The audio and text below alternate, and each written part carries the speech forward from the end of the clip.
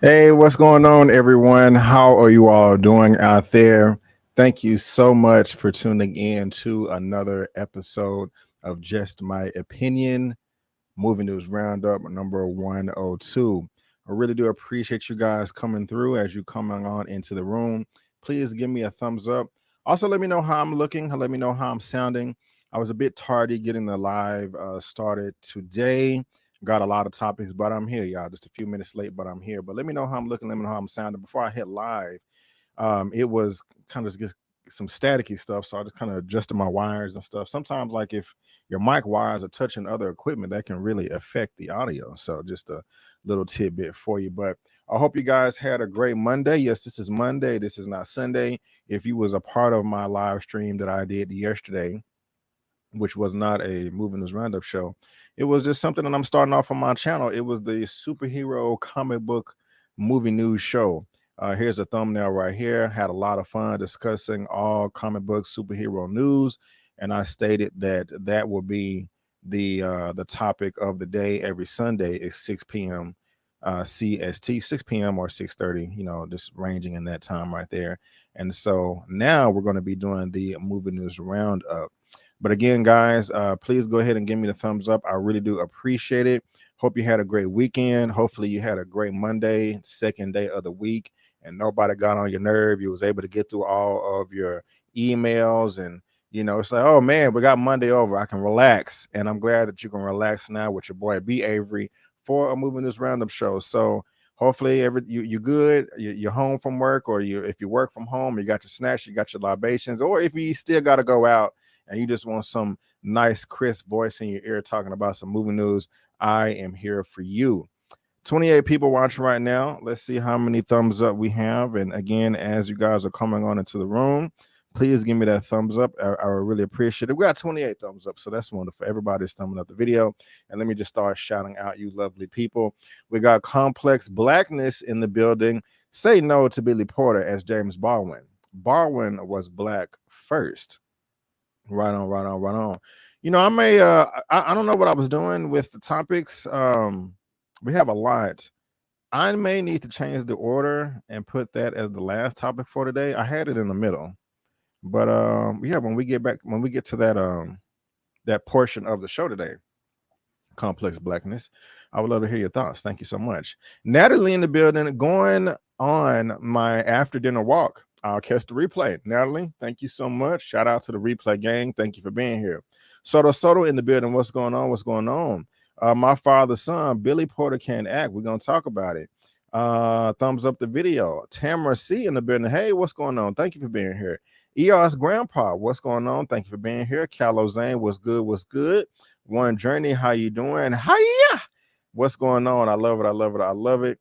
God's child in the building. Hey, how you doing? We got Tiffany Nix in the building. Happy Monday.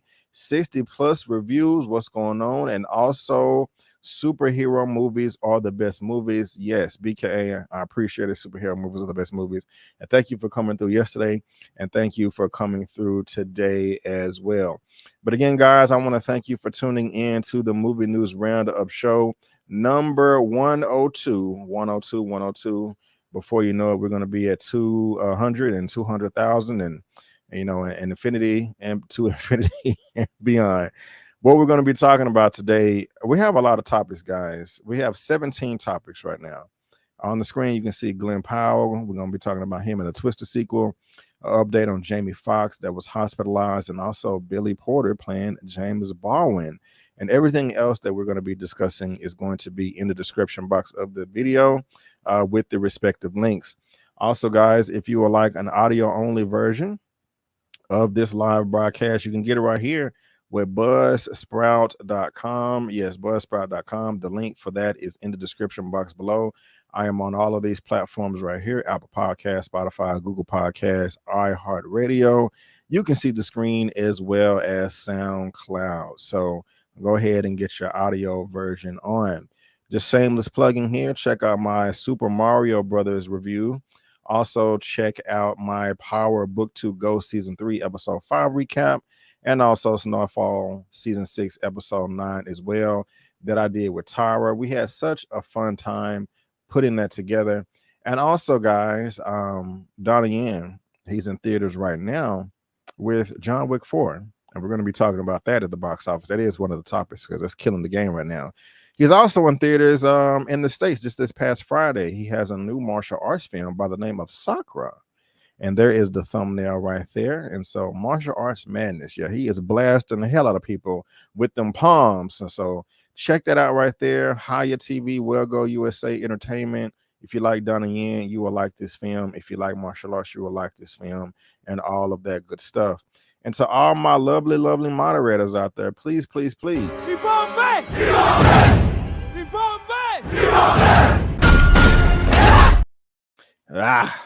Protect the chat as best as you can. Guys, let's go ahead and get into this movie news right here. And again, today is Monday. The next movie news roundup show, 103, will be this Thursday at 6 p.m. Not 6 p.m. 6:15 to 6:30 p.m. CST. That will be Thursday the 20th. Okay. And I think from now on, the movie news roundup show will be every Thursday around that time, 6:15, 6:30 p.m. CST. And the new comic book superhero movie news show will be every Sunday, 6 p.m. CST. Okay. And so today is the only day, Monday. Next time we're going to see y'all live is Thursday. But let's go ahead and get into this first topic of the day. And of course, it's a pretty popular franchise, guys. It's Star Wars. They haven't been turning up the theaters in a while, but they have been turning up Disney Plus. We're in the third season of The Mandalorian. We also got a Boba Fett series, and I didn't mind, but everybody else thought it was a piece of crap. We also got an Obi-Wan series, which was a bit disappointing. It wasn't horrible, but it was disappointing. But everybody was wanting to know what's going on with these movies. We just had Star Wars Celebration, but now we have an update from one of the biggest producers at Disney with Star Wars, Miss Kathleen Kennedy. She has a lovely resume, but not when it comes to Star Wars, unfortunately. But we have an update as far as Rian Johnson's announced sequel and also Taika Waititi's Star Wars movie that was announced some time ago. First topic of the day, this is coming from IndieWire. Kathleen Kennedy offers updates on Rian Johnson and Taika Waititi's Star Wars movies. While Johnson and Waititi's previously announced films aren't part of Lucasfilm's next slate of Star Wars movies, Kennedy still hopes they happen down the road. Of course, this is what the two gentlemen look like. On your left is Rian Johnson, on the right is Taika Waititi. While Lucasfilms has primarily focused on TV and the upcoming Indiana Jones and the Dial of Destiny since the Rise of Skywalker hit theaters in 2019, Kathleen Kennedy used this year's Star Wars Celebration in London as an opportunity to announce several new theatrical films. In addition to revealing that Daisy Ridley will return as Rey in Sharmeen Obaid-Chinoy's untitled film from a writer Stephen Knight, the Lucasfilm president also announced that James Mangold will be directing a Star Wars film as well. Now, I just kind of hope that George Lucas could come back and direct something, but y'all let me know how y'all feel about that. Following the release of his, let me go back up here. I'm sorry. It was all welcome news, but Kennedy's presentation didn't mention some of the other Star Wars films that have been announced in recent years. In an interview with Variety, she offered updates on the studio's collaborations with Rian Johnson and Taika Waititi. Following the release of Love It or Hate It sequel, The Last Jedi, Lucasfilm announced plans to have Johnson write and direct his own original trilogy of Star Wars movies. There hasn't been much news on that front, as Johnson has focused on building a mystery empire throughout his Knives Out and Poker Face franchises. But the filmmaker claims he still wants to find the time to do it. Kennedy echoed Johnson's sentiments, explaining that they are no longer developing those films, but would love to work with him again when his schedule permits. Ryan and I talk all the time, she said. He is unbelievably busy, so we're not actively involved in anything at the moment because he's doing another one of the Glass Onion movies and then God knows what else. But he really wants to step back into the space. It's a big commitment of time, and so that's really on him. Now, how does that sound to y'all? She is putting it on him because, and I could be wrong. And again, guys, if you're watching this via live or on the replay, there is a link down to this in the description box below for you to read at your own leisure. But correct me if I'm wrong, but it sounds like she's just saying, hey, we can't do it because he's busy doing other stuff. Now, I'm not going to just put on the cape for Ryan. I have nothing against the man. I mean, I think he's a fine director, but, I'm indifferent on him. And me looking at this on the surface, I say he's smart. He's not going to wait around for you guys to, get the ball rolling. He's going to jump on the next opportunity that falls in front of him. And I don't blame him, But I could be wrong in that assessment. Y'all let me know. Kennedy was also asked about Taika Waititi's standalone film, which the director previously said would feature an entirely new cast of characters in the Star Wars universe. She didn't have many concrete updates to offer, but promised that the film is still moving forward. Taika is still working away, she said. He is writing the script himself. He doesn't really want to bring others into that process, and I don't blame him. He has a very, very unique voice. That is true. So we want to protect that, and that's what he's doing. But we're going to make that one day. Well, I'll say this about Taika. I wouldn't mind if he never came back for any Thor movies. I'll say that much. I didn't hate Thor 4 like everybody else, but it definitely did not reach its full potential, if you catch my drift. But let's see, which movie would I rather have? A Rian Johnson movie, a trilogy, or a Taika Waititi? I would say Rian Johnson. And whether you like the film he did or not, I don't even remember. Yeah, The Last Jedi. It just didn't connect with everything else. I mean, both of these are fine filmmakers. I don't want to hate on them. But I'll just say, while Kathleen Kennedy is amazing. She just may not be the best fit for Star Wars anymore. I did hear rumors that, and I've heard people complain about this too. Before I get to the rumors, when it comes to the Mandalorian, one of the fan favorite characters is Grogu, the little baby Yoda looking character. He's adorable. Everybody loves Grogu. Since episode 1 or 2 of season 1 of The Mandalorian, the mission was revealed that Din Djarin, the titular character, the Mandalorian, is trying to get Grogu over to some Jedis to help him train. And to my understanding, that did happen at the end of season 2 of The Mandalorian. And so we're in season 3 now. We wouldn't have saw none of Grogu. He would have just went and posted up with Luke and trained and all of that mess. And then maybe he could have came back in Mandalorian season 4, and everything would have worked out fine. But Grogu popped back up in the Boba Fett series. And now I'm a novice, beginner, on the surface, casual Star Wars fan. I'm not diehard. I haven't seen really any of the animated series that are on Disney Plus. Bad Batch, Clone Wars, Rebels. I want to. I never read any of the novels or anything like that. You got people out there that can name all the species and different points of the galaxy and name all the planets. I can't do that. All I know is I can't even think of one right now. I know the sand planet. I'm having a brain fart right now. It'll come back to me. But with that being said, even myself, I was like, wait a minute. Why would you do that? Why would you spend 2 seasons trying to get Grogu over to a Jedi to train, but then abandon that whole story for 2 seasons in like the next episode of Boba Fett? I don't like that. And a lot of other people said that as well. Tatooine, thank you, Soto. There you go.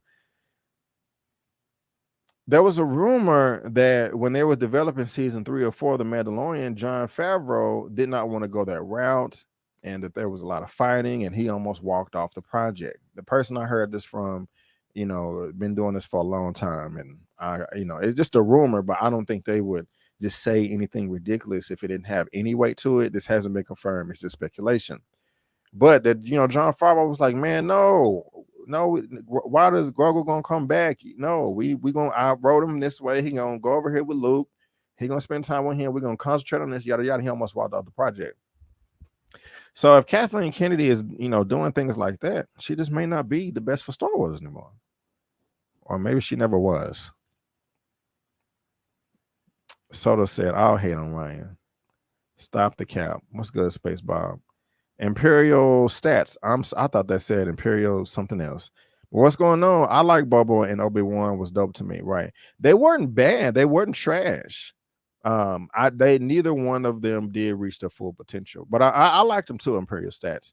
I will say that the Mandalorian was not as good. I mean, the Boba Fett series was not as good as the Mandalorian. It just wasn't. It was still entertaining though. And Obi-Wan was disappointing a bit, but it was still good. It was still good. So I was trying to pull this up right here. Kathleen Kennedy on IMDb. I don't want to just. I mean, she does have 102 credits. Let's see here, just real quick. A lot of Star Wars lately, but she has a banger filmography when it comes to producing films. Lincoln, Warhorse, The Adventures of Tintin, Hereafter. Last Airbender was not good. Curious Case of Benjamin Button was. Indiana Jones, I didn't see that one. Munich, Water World, Seabiscuit, Signs, Jurassic Park 3, AI, The Sixth Sense, Jurassic Park, Twister, Indian in the Cupboard. I remember that when I was a child. The Bridges of Madison County, Milk Money. Oh man, 94. Jurassic Park. So I'm not just gonna be like, she don't know what she's doing ever. That wouldn't make any sense. But Star Wars just made me not be the right fit for her. So you guys let me know what you think about this. Boba Fett is a bad guy and they turned him into an anti-hero. I think they were interested in Goku choosing to train with the Mandalorians. Is not a terrible idea. It's not. But he could have did that in 4. And to my understanding, there was one character in the Star Wars lore I don't know nothing about. I just heard other people talking about it, that he was a Mandalorian and a Jedi. Hey, that could have been Grogu, or maybe it still will be. But again, guys, the rest of this is the link to this is in the description box below for you to read at your own leisure. Let me know what you think down in the comment section below because I am dying to know. We got a lot of topics, so I need to keep it moving. You know what I'm saying? Topic number 2 for the day. This is coming from Variety. This right here is Game of Thrones. Let's get into it. Game of Thrones prequel series, A Knight of the Seven Kingdoms, The Hedge Knight ordered at HBO. I was late to the party with Game of Thrones. I liked it. I wasn't as invested as everybody else, so I wasn't as disappointed as everyone was with the ending of, with the ending of it, but I enjoyed it. And also House of the Dragons, them dragons. I still haven't finished it. I gotta watch the last 2 episodes. I know. Don't unsubscribe. Please thumbs up the video. I did enjoy it, but let's get into this right here. The Game of Thrones prequel based on George R. Martin's Dunk and Eggs books is officially moving forward to HBO.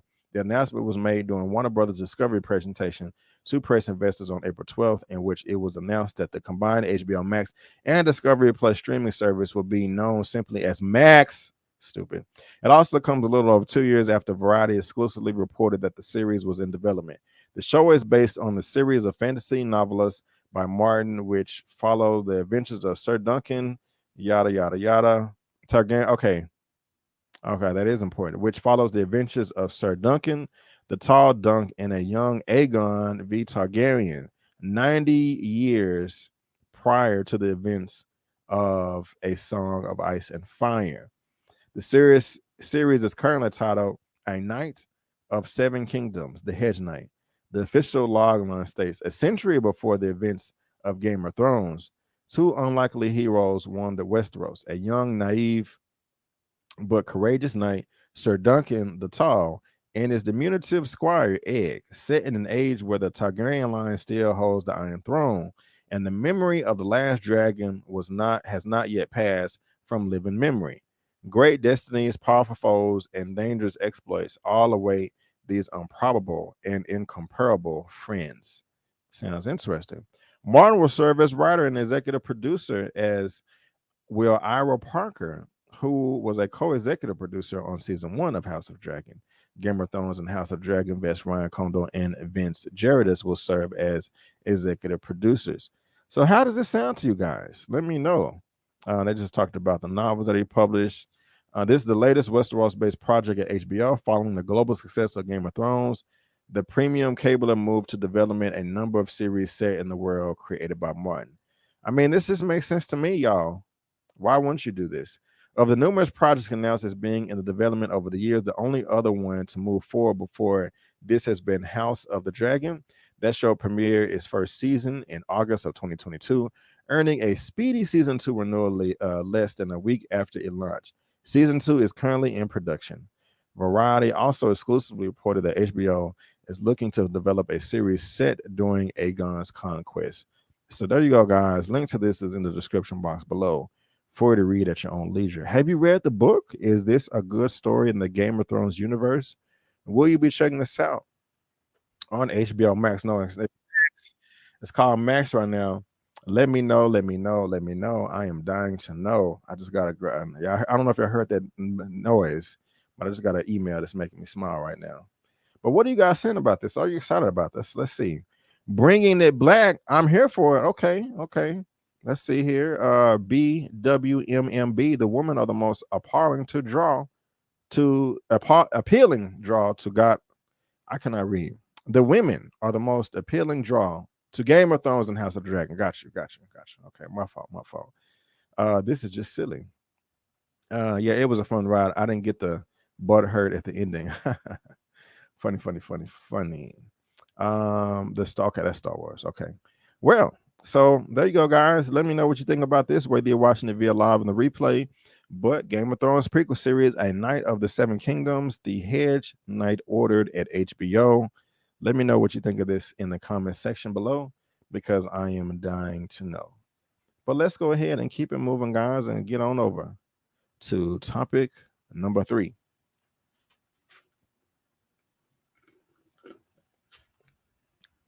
Topic number 3, Variety as well. Harry Potter series adaptation officially ordered at HBO Max. will feature entirely new cast. Really? Now, I don't know. I have seen every Harry Potter film. I seen the first Fantastic Beast, but the last two Harry Potter films, I fell asleep in the movie theater. I wanted to love this series so bad because it just seems like it is right up my alley. I've seen every movie, but I just can't get into it. I'm not saying the movies are bad or horrible or anything like that. But when it comes to fantasy and adventure and magic and stuff, I mean, I'm interested in those type of things, but Harry Potter just hasn't done it for me, unfortunately. But I'm curious on how y'all feel about this. But let's jump into this right here. Harry Potter series TV series officially moving forward at HBO Max. The announcement was made during Warner Brothers Discovery presentation, and I just read that same thing. This is what they have to say. Each season of the show will be based on one of the books in the franchise, with Warner Brothers Discovery describing the show as a decade-long series. It will feature an entirely new cast from the films. We are delighted to give audiences the opportunity to discover Hogwarts in a whole new way, said Casey Bloys, chairman and CEO of HBO and Max Content. Harry Potter is a cultural phenomenon, and it is clear there is such an enduring love and thirst for the wizarding world. In partnership with Warner Brothers Television and J.K. Rowling's, this new Max original series will dive deep into each of the iconic books that have fans continue to enjoy for all these years. Max will produce in association with Bronte Film and TV and Warner Brothers Television. Rowling will executive produce along with Neil Blair and Ruth Kenny Letts. David Heyman is currently in talks to executive produce. Max's commitment to preserving the integrity of my books is important to me, and I'm looking forward to being a part of this new adaptation, which would allow for a degree of depth and detail only afforded by a long-form television series, said Rowling. Y'all, what do y'all think about this? I mean, it just seemed too early to me. I don't know. It just seemed too early for me. In addition to the books, each of which was a bestseller, there have been 8 Harry Potter films to date, which have collectively grossed more than $7.7 billion global at the box office. I can't get mad at them for wanting to repeat their money. There is also the Fantastic Beasts franchise, Hogwarts Legacy. I mean, if it's TV, I'll check it out. I mean, because I just stopped going to go see the movies. I mean, the Fantastic Beasts movies. I just didn't get into them. Those are apparently prequels or whatever. I don't know. I just can't do it, or it just hasn't rubbed me the right way. But let's see what you guys are saying. Bringing it back is here for it. Or no, that's the same comment from before. Michael Marblood, what's going on? I don't know. I've never been into Harry Potter like that. Same here. The new game they just dropped is fun, but besides that, I don't blame you, Michael. I don't blame you. Let's see here. BWMMB. Brandon, what house are you? I don't even know. Team Ravenclaw. The HBCU part of TikToks are golden. All that is over my head. Thank you, though. I'm good. I got you. So, Michael wasn't into it. Soto. Yeah, Michael wasn't into it. Soto says I'm good. And is that the set you claiming right there, Team Ravenclaw? Already. I love the enthusiasm. But guys, again, if you're watching this via live or the replay, there's a link down to this in the description box below for you to read at your own leisure. Harry Potter fans should be happy. But let's go ahead and get into this stupid mess right here. Since we're talking about Game of Thrones at HBO Max and Harry Potter at HBO Max. Oh man, another one from Variety. Topic number 4: HBO Max to be renamed Max with addition of Discovery content launch date and pricing reveal. Every time Max comes up, I don't have to say it like that. Max. So if that's annoying, I am sorry. I am compelled to do it. It's not HBO Max. Soon it's to be Max. Warner Brothers Discovery officially announced Max as the new name of the flagship streamer. lopping off the HBO part of the name as it mixes in a big bucket of new content from Discovery Plus and other new original series. The company announced the name change at a press event Wednesday, where it was also revealed a slate of upcoming projects. The rebuilt Max on the web at max.com is set to launch first in the US on May the 23rd, featuring what the company promises will be an average of more than 40 new titles and TV shows seasons every month. Now that's nice right there, but come on now, y'all. Why did they have to change it? I mean, HBO has been around for a minute, decades. And I don't even remember the hierarchy of power, but Cinemax and then HBO bought them out or something. I don't remember, but they've been around for a long time. I just don't think this is a good idea, but they may have a good reason of why they decided to do this that I am not aware of. But let's go ahead and continue to get into this real quick. Max is the one to watch, WBDCO Davis Asselah said on stage at that event, featuring thousands of shows and movies on the service for every member of the household. According to the service's website, Max will be available in 3 different versions. The first 2 plans align with the existing HBO Max pricing, and WBD said current HBO Max customers will not see their pricing change for now. When the new service debuts, the 3rd tier Max Ultimate expands up to the 4 streams and includes 4K content. The trio of options are Max Ad Lite, $9.99 a month or $99.99 a year. 2 concurrent streams, 1080p, HD resolution, no offline downloads, 5.1 surround sound. Max ad free is $15.99 a month. It went up $1, I think, or $150 a year. 2 concurrent streams, 1080p, up to 30 offline downloads. Okay, now let me pull this out real quick. Let's see here. Times 12. So $15 a month. No, I'm sorry. I did 15. Let me do 16 a month. 16 times 12. $192. So if you get the year membership, you save $43, supposedly. Max ad free. Max Ultimate ad free. Man. What are y'all? Yeah. Most of y'all have 4K, right? So my thing is also what you got to think about is how many television shows and movies are actually filmed in 4K. I'm not really into that up conversion stuff. It really doesn't work for me, even though I can't see that well. And same thing, if you get Max Ultimate after, if you get the year bundle, you'll save $40. Instead of paying $240 a month, you'll pay $200. 4 concurrent streams up to 4K ultra resolution, 100 offline downloads, Dolby Atmos surround. Warner Brothers Discovery in January hiked the price $1. Yep, I said that. I remember it being $14.99. The Max Ultimate tier will have an expanded catalog of content available in 4K, UHD, including franchises such as Game of Thrones, The Last of Us, Harry Potter, Lord of the Rings, The Dark Knight Trilogy, and more. In addition, all Warner Brothers movies released this year and in the future will also be available. Now, I'm not gonna lie, that's actually good though. Think about this. You do get all these franchises right here in 4K and the Dark Knight Trilogy. Now, depending on who you are, if you want IMAX content, that Dark Knight Trilogy is a good sale. 4K IMAX, because part of it was shot with IMAX cameras. As well, they said, in addition, all Warner Brothers movies released this year and in the future will be available.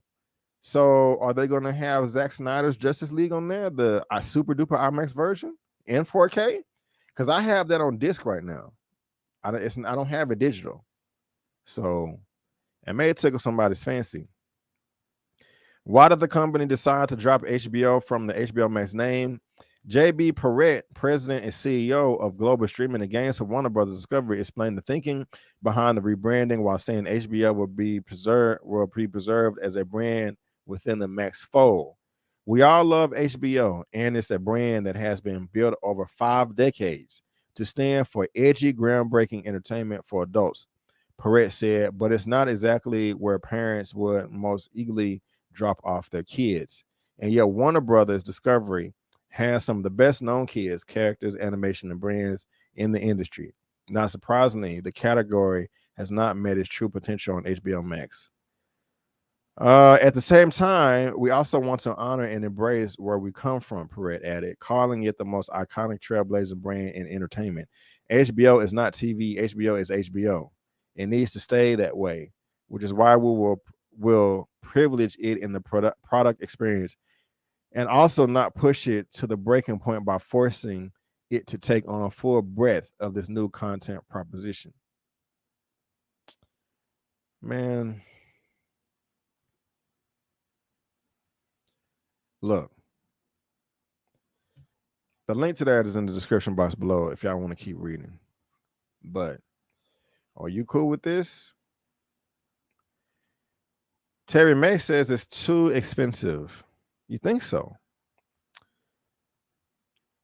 I don't know. I would have to look to see what all is available that Discovery Plus had.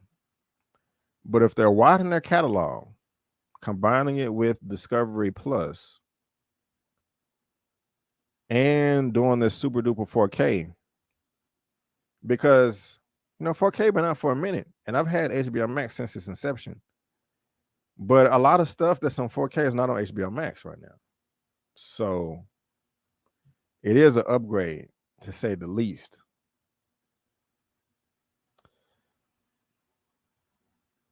The Campbell Classroom covered many possible reasons for Max. None of them were convincing. Right on, Chaos Grandpa. Right on. Bad decision to drop HBO from the name. The HBO is known for their acclaimed content. 100%, Michael. 100%. And it was just so confusing before. Remember, it was just HBO. Then it was HBO Go. Then HBO Now. Then HBO Max. People were confused. Now you want to just drop the HBO, I guess. Shandy D, what's going on? Why would they drop HBO from the name? I know it don't make no sense. It don't make no sense. After my year is up, they will get dropped at these prices. Why do we still have to pay for 4K in today's time when 4K television is pretty much a standard? And that is true. Man, I remember when 4K TVs first came out, man. You was it if you had a 4K TV. I was broke in college because that was around 2006, 2007. Yeah, man. But I mean, I feel you, Michael. It's not everywhere though. Like, I mean, you got to remember, everything is not shot in 4K still. Everything is not. It'll be there soon, but I feel you. But we're not quite there yet. I can be cheap when there isn't I can be cheap when there isn't enough quality shows. You go broke paying for these streaming services and cable unless you do pirate. What's going on? We got a ghost from the replay coming through. What's up? What's up with Bel Air, brother? I know. Oh man, I promise, Natalie. I'm gonna do it, Natalie. I'm gonna do it. I promise. Yes. I've seen all of them except for episode 8 came out last week. I think this week is episode 9. I've seen 5, 6, and 7. But Natalie, I promise I'm gonna do it. I promise I'm gonna do it. I was gonna do something tonight, but I promise, Natalie, I'm gonna do it. I promise. Next thing we know, they're gonna be like, "Psych, it's HBO again." For real. They need to do that to get some attention. You know what I'm saying? And so cut your walk short. I got you. I got you, Natalie. I got you. But yeah, Shannon D, it definitely needs to be it definitely needs to be be HBO. They need to bring that back. But guys, again, if you're watching this via live on the replay, there's a link down to this in the description box below for you to read at your own leisure. Let me know, are you cool with just being Max, or you think the HBO name should come back? Again, let me know in that comment section because I am dying to know. But let's go ahead and move on over to topic number 5, guys. Topic number 5, and this one is scary a bit, but I'm glad this brother's okay. One of my favorite actors in the game right now, Jamie Foxx, was hospitalized. Topic number 5. This is coming from TMZ. Jamie Foxx hospitalized for medical complication. Family says he is recovering. TMZ apparently has the exclusive details. Now, there have been updates, but I'm going to start from the bottom. And I don't know all the details. I wanted to wait, but let's get into this. Jamie Foxx suffered what his family is calling a medical complication. Though his daughter says her famous father's condition is already improving, Jamie's daughter, actress Currin Foxx, posted the medical update Wednesday on social media and says Jamie suffered the issue Tuesday, but immediately got great care and is now on the mend. Sources with direct knowledge tell TMZ that the condition was serious enough that Jamie was hospitalized. Of course, there's a brother right there. Corinne asks, "We know how beloved he is and appreciate your prayers. The family asked for privacy during this time. At this time, it's unclear exactly how Jamie came to discover the still unspecified complication or if he was experiencing symptoms that promoted him to get checked out. We do know, however, that Jamie's been working in Atlanta on a film called Back in Action with co-stars Glenn Close and Cameron Diaz. Man, this brother is talented. It's unclear how long Jamie will need to remain in the hospital or if and when he'll be able to return to work on the movie." And so, yeah, there you go. It says story is developing. But let's go up here. And this was updated on the 13th, which was last Thursday because it first happened on last Tuesday. Sources with direct knowledge tell TMZ Jamie is doing a lot better, even joking with his family. That said, we're told the medical emergency was serious and doctors still haven't gotten to the bottom of what happened to him. That's so crazy. We're told he'll be in the hospital for at least a few more days while doctor performs tests. So that was that was last Thursday. So it's Monday now, and later on that day, sources with direct knowledge tell TMZ Jamie Foxx suffered a medical emergency Tuesday morning, was taken to the hospital, and we're told his condition was serious enough that Jamie's family, some of whom were not in town, came to the hospital. One source told us he's communicating now, and that's good news. And so I don't know if it was a heart attack or what, but, I'm no medical doctor myself, but man, and we definitely don't need Brother Jamie. I mean, you just never know. And I'm glad he's okay. Yeah, prayers for his recovery. Hope all is well with Mr. Foxx. Yeah. Scary, man. Go to the doctor, get your checkups and stuff. Drink your water, do what you can, man, because you just never know. Slip up someday. If you know Jamie Foxx, he okay. Yeah,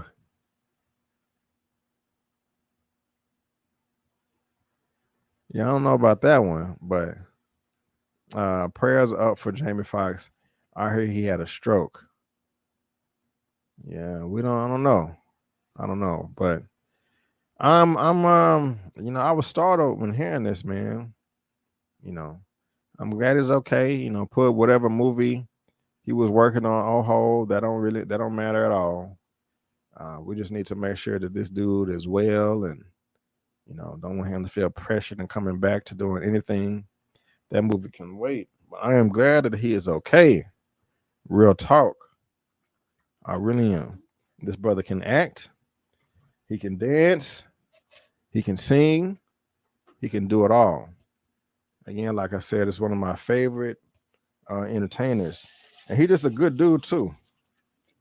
I've bumped into a few people that, have met him, had the pleasure, and said he always, fills up the room. And so, we don't want the good people to dip out early. We want the bad, stinky, ugly, rude people to, But he's doing better now, which is great. And so hopefully he comes back 100%. But yeah, there you go. But guys, again, if you're watching this via live or on the replay, there's a link down to this in the description box below for to read at your own leisure, and I will be back to cover it whenever we do get more updates on Mr. Jamie Foxx. But now, guys, let's go ahead and move on to the next topic. I think this is number 6. It's another popular franchise right here that's getting an animated series. Interesting. Talking about Stranger Things. From Variety, Stranger Things animated series ordered at Netflix. Interesting. Netflix is continuing to build out the Stranger Things franchise, with the streaming giant ordering an animated series set within the world of the show.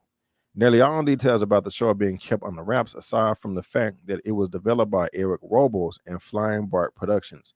Robles has previously created the animated shows Random Cartoons, Fanboy and Chum Chum, and Glitch Text. Stranger Things creator, the Duffer Brothers, executive produced via Upside Down Pictures, along with Robles and Flying Bark, as well as Sean Levy and Dan Cohen of 21 Laps. Upside Down Pictures and 21 Laps are currently overall deals at Netflix. We've always dreamed of an animated Stranger Things in the vein of the Saturday morning cartoons. I like that we grew up loving. And to see this dream realized has been absolutely thrilling. The Duffer Brothers said in a statement, "We couldn't be more blown away by what Eric Robles and his team have come up with. The scripts and artwork are incredible, and we can't wait to share more with you. The adventure continues." Stranger Things has proven to be a global hit and one of Netflix's most popular original series since its originally debuted in 2016. It was renewed for a 5th and final season in February of 2020. I cannot wait for that. And guys, I was late to the party with not Netflix, but with Stranger Things. I remember Tyra with Struggle Reviewz TV, Elliot with Movie Files, Sharronda with Pay Weight. Pretty much Larry, Lamont, everybody, one take, everybody would just say, "Hey, Stranger Things is what that is. You know, you need to watch it. Be you tripping, man. You tripping. You need to get on it." And they are right. I binged it and I'm in love with it. And the more Stranger Things, the better.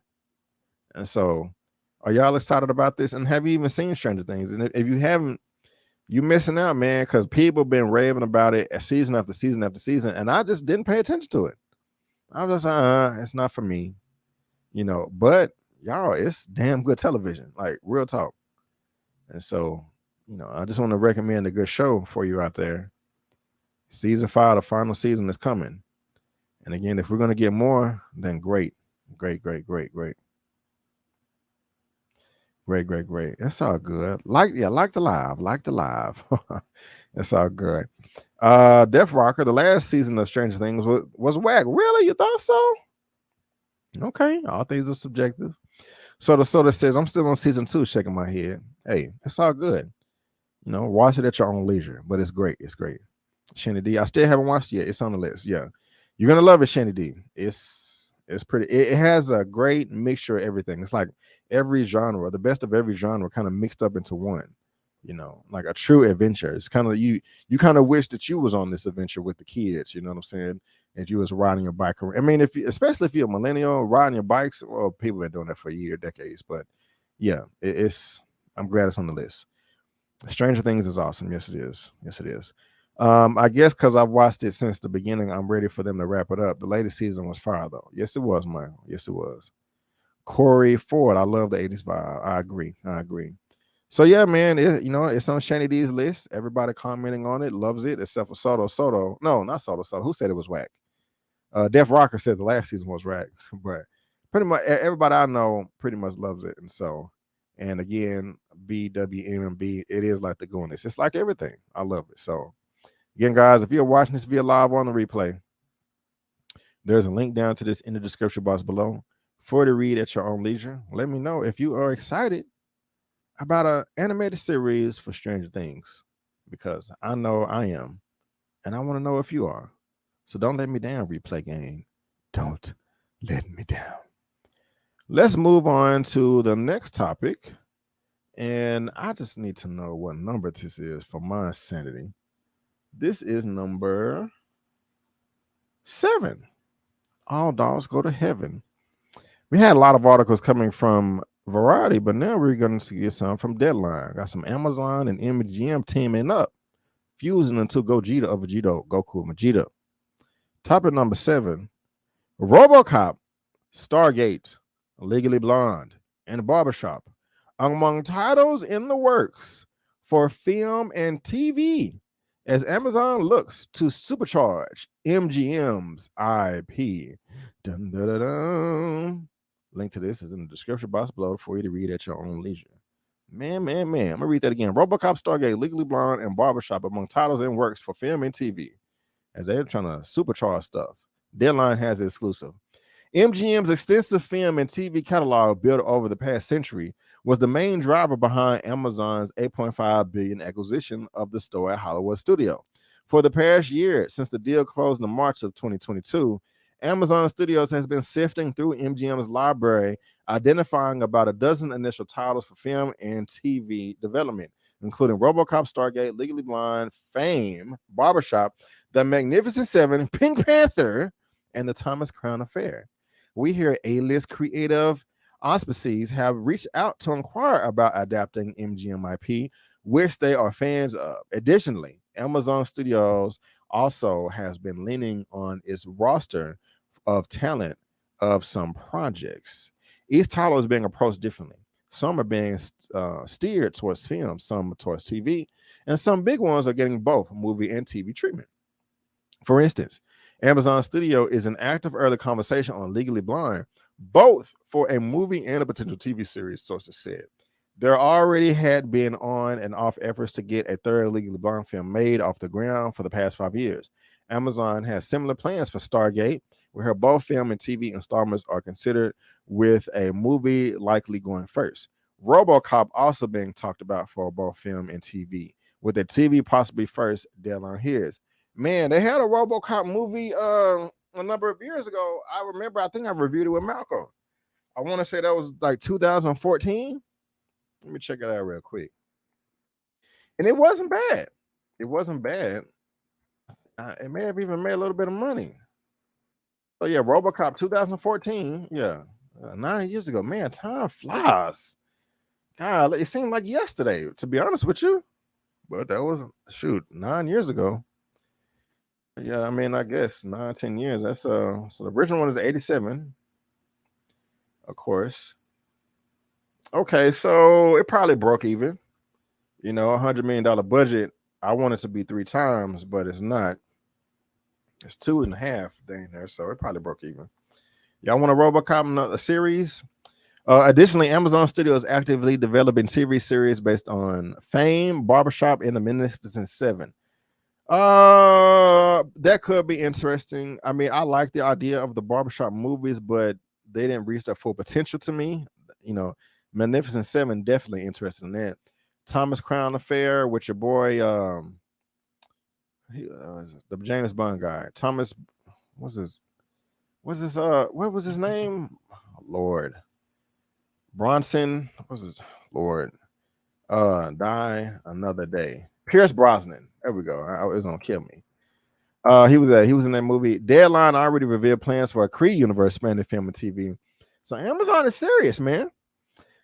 Which Amazon Studio has been discussing with franchise star and filmmaker Michael B. Jordan. The studio also just made a first look deal with Sylvester Stallone and his Balboa Productions for film and TV projects. We hear expanding the Rocky brand into television may be a part of it. And they coming with it, y'all. And so there are currently no plans for other James Bond series beyond the unscripted competition series announced shortly after Amazon's acquisition of MGM closed, as the franchise producers are focused on figuring out the next film installment. What do y'all think about this, man? What do y'all think? What else are they saying? Okay, identify and develop is going slow. Some has been necessary given complex. Okay, nearly 100 studios. Okay.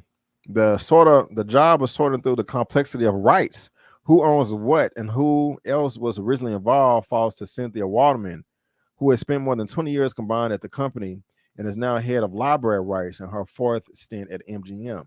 One source told Deadline that it is Waterman's job to act as an entertainment archaeologist. I like that. An entertainment archaeologist. Yes. Helping producers figure out the intricacies of rights to projects that they are interested in adapting.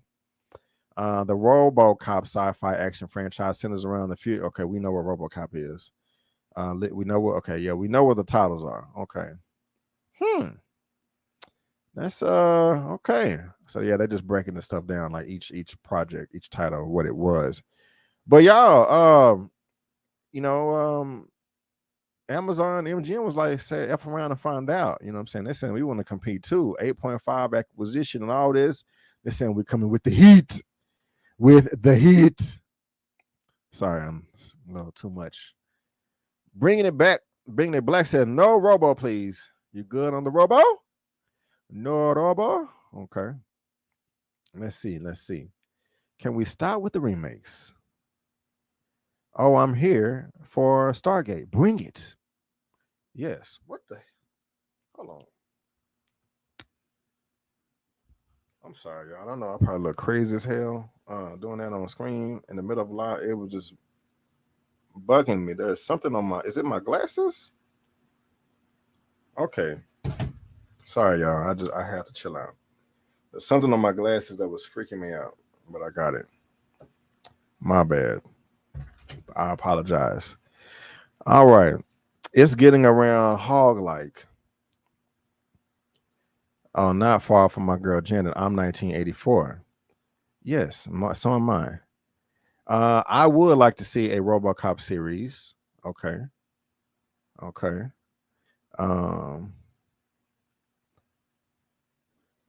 We need a Black Knight Rider and Dukes of Hazzard. I ain't mad at it. I'm not mad at it. Sounds good. I'm a fan of Stargate. Let's see here. Fame. Wow, that's old. I was just a crumb snatcher way back then. Yep. Okay. All right. So, yeah, man, it's going down over here. And so, Deadline, they got the exclusive, y'all. Robocop, Stargate, Legally Blonde, and a barbershop among titles and works for film and TV as Amazon looks to supercharge MGM's IP. So there you go, right there. All these titles that you can see on the screen, as well as a few others that they listed, and this kind of sounds promising. Like the Magnificent Seven, Pink Panther, Thomas Crown Affair. It's going down over there. So again, guys, if you're watching this via live on the replay, there's a link down to this in the description box below for you to read at your own leisure. All right. So we're gonna save this topic for later because y'all acting extra juicy about it. We're gonna save this to last. So that means I'm gonna have to do more work and rearrange the topics in the description, but that's okay. But let's talk about this right here. Let's talk about this. We got a twister coming. Okay, tornadoes are scary and bad, but they're fun to look at in movies. Okay, that's for darn sure. I remember this movie was being announced. I think while I was in the 5th grade, and I remember I went to school with this guy. I don't want to say his name. I mean, I probably could. It probably wouldn't matter, but he was so excited about this movie. So I'm like, yeah, me and my dad are going to go see it and yada, yada, yada. And it just didn't get me excited. I saw it eventually and loved it. I think we all remember this right here. The famous cow being tossed around in a tornado. But this is more casting for the sequel of Twister coming from Deadline. I think topic number 8. I could be wrong. Glen Powell to star opposite Daisy Edgar Jones in the Twister sequel for Universal, Emblem Entertainment, and Warner Brothers. And there are the characters right there. Now, again, guys, if you're watching this via live or on the replay, there is a link down to this in the description box below for you to read at your own leisure. I am a big fan of Glen Powell. I was lucky enough to meet him, and well, not really meet him, just take a picture with him on the red carpet for Ant-Man and Wasp: Quantumania. But this is what the gentleman has been in. This is what he looks like. If you want to scroll down and look at his filmography, Hidden Figures, Devotion, Top Gun Maverick, he turned up Hollywood right now. But let's get into this article in all the details. Glen Powell's in talks to co-star Daisy Edgar Jones in Twister's A New Chapter to the 1996 box office hit for Amblin Entertainment and Universal Pictures. Lee Isaac Chung is on board to direct from a script by Mark L. Smith. The film will be co-financed by Warner Brothers.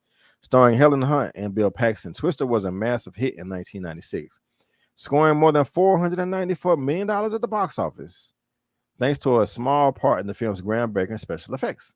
The original film was helmed by Speed director Jane DeBont and executive produced by Steven Spielberg. $494 million in 1996 is good. Powell is coming off, this just talks about, his movies and stuff. So I like this. I did. I like the first film. I even think it still holds up. I could be wrong, but I still think it holds up. Now, I want to see if they have the budget for the first Twister film here. I doubt it, but we're going to see. May have been like 50 million. Okay, budget of $92 million.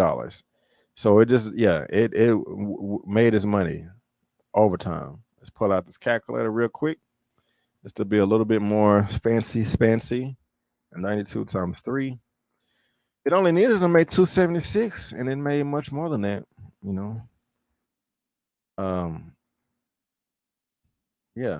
$218 million more than it needed to for the studios to feel it had a respectable profit. So your boy Glen Powell right here, who should also be cast in the Green Lantern, is going to be in the Twister sequel. Did y'all see the Twister movie in 96? Let me know. Let's see what you guys are saying about this. All right. Twister. Remaking Twister. No, it's a sequel for Twister. It is a sequel. Oh, hell no. Yeah, what did I say? Yeah, I meant the next Hal Jordan. But what did I say? Miss Harper, I'm tripping. You're here. Hey, what's going on? What is up? Moderator in the building. Yes. We got another vet in the building. Chill Spot coming through. Yes. What's up, Chill Spot? All right. But Twister. Y'all said anything else about Twister? So there you go, guys. If you're watching this via live or on the replay, there's a link down to this in the description box below for you to read at your own leisure. Yes, Soda, what are you saying? Saw parts of Twister only, but would check out the new one. Right on. So will I. It was, I liked it. It was a fun movie. But let's go ahead and move on to the next topic right here. Now, shout out to Tyra with Struggle Reviewz TV and Elliot with Movie Files, because apparently those guys love a lot of horror. They do. Anything that's, where a demon is eating kittens and puppies, they're gonna sign up for it. I'm teasing. They didn't say that. But they love horror. Now, when it comes to horror, they may be, well, they know this. I can do slashers like Scream and or whatever. I can do slashers. I was able to do It. Not the original It, because that scared me. But these new Its, I did see those. And I did see everything in the Conjuring universe. I can do that, but there's some stuff I can't do. I'm definitely not going to see the Exorcist Pope, whatever the hell, and Evil Dead. No, Heredity. No, I saw no, I'm not even getting close to that. But I can do this right here because I've done it before and it was good. Topic number 9, I think, the Conjuring TV series in development at HBO Max. Now, well, I'll show that later. The horror Conjuring is getting a TV treatment. HBO is developing a TV series based on New Line Cinema's The Conjuring universe. The news was announced on Wednesday exclusively during Warner Brothers Discovery, unveiling the Max streaming service on the Warner Brothers lot in Los Angeles. According to Warner Brothers, the Conjuring television series will continue the story established in the feature films producer Peter Safran is attached to, executive producer of the series via his Safran Company banner. James Wan, who also produced and directed several films within the franchise, is in talks to also executive produce. This is key. This is key right here. He's not going to direct, he's going to produce. Wan's Atomic Monster Production is backing the project along Warner Brothers Television. Safran is currently under an overall deal with Warner Brothers and additionally oversees DC Comics properties for the Warner Brothers Discovery alongside James Gunn. The two assumed their new roles on November 1st to report to Warner Brothers Discovery President CEO David Zaslav. They work closely with Mike DeLuca and Pam Abbey, co-chairpersons and CEOs of Warner Brothers Films Group, in addition to being behind The Conjuring. Safran also produced the highest grossing DC film of all time, Aquaman, which raked in $1.15 billion. So at least the people involved know what they're doing. This is all the film, the Conjuring universe right here. Now, I like the Conjuring movies. Like I said, if we look at Rotten Tomatoes, the first Conjuring had an 86%. This one was directed by James Wan. The second Conjuring had an 80%. This one was also directed by James Wan. The third Conjuring, The Devil Made Me Do It, dropped down to 55%. Let's see what the audience thought. The audience liked it. They did. And I liked it too. I did. Was it as good as the original two? No. But it was still good. And let's just click the same one. That may be the case with this TV series. Yeah, it's kind of consistent with the audience on all of these, around 80%. James Wan is not going to be a part of this. Yep, 83% from the audience. And so if there's a dip in quality with the third one, The Devil Made Me Do It, you know, I'm pretty sure there's going to be a dip in quality as well. It's not going to be as good as the main or the first two films. And that's unfortunate. And I'm also upset that I still have the twisted background in the back. My bad, y'all. There we go. That's supposed to be the background for The Conjuring. But are y'all excited for this TV series? Did you like the first two films? Did you like the third one? Did you think the third film was as good as the first two? Let me know, because I'm curious. I'm here for the horror too. Scare me. Right on. Not the kittens and puppies. Laughing my butt off. Yeah. Some crazy horror stuff out there. Ready for Freddy. Right on, right on. Yeah, I'm with you, Michael. If it gets too demonic, it's a no. Yeah, some stuff I just can't do. I just can't do. Or just it's some, yeah. And you got all these underground horror movies, B and C level movies. They be doing some sick stuff, man. Like it's some wild crap on Netflix. Like, oh man, most horror is really comedy. I just don't care for a lot of gore. Yeah, it depends, man. It depends. Oh yeah, give me some of that Conjuring series, us please. Yes, yes, yes. Shanny D. It can't be too scary, demonic when it comes to horror. One show had me so disturbed, I stopped watching and burned sage and poured anointing oil over the house. Man, it get like that sometimes, don't it? Man, you got to sleep with all the lights on and stuff. You got to fall asleep with people on the phone with you. Mama, where you at? Daddy, somebody come spend the night with me. I'm coming over. What show was it that was too crazy that you had to turn it off? I'm curious. I'm not gonna watch it, but I'm curious.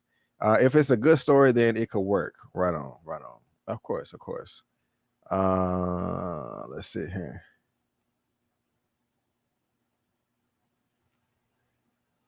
Okay.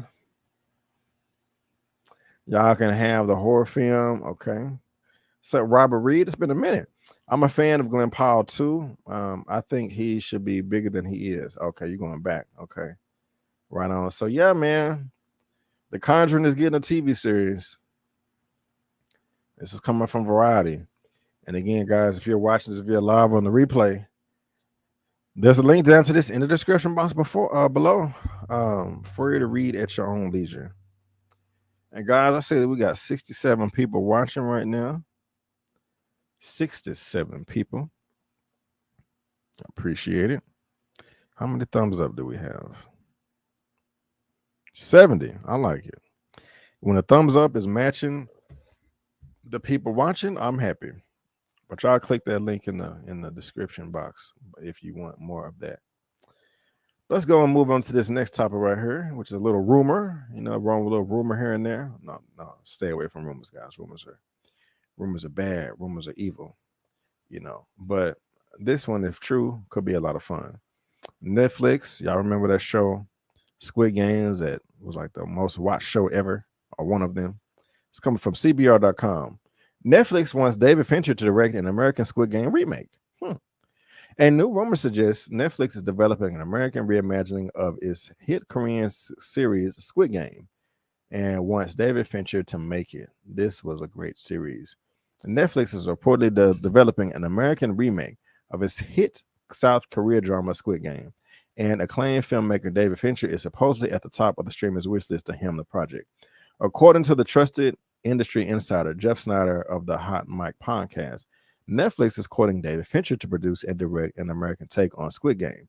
Snyder clarified that he has no idea if Fincher is actually engaging with frequent collaborator Netflix on the matter. Nevertheless, multiple sources claim that the streaming giant badly wants Fincher to tackle the project.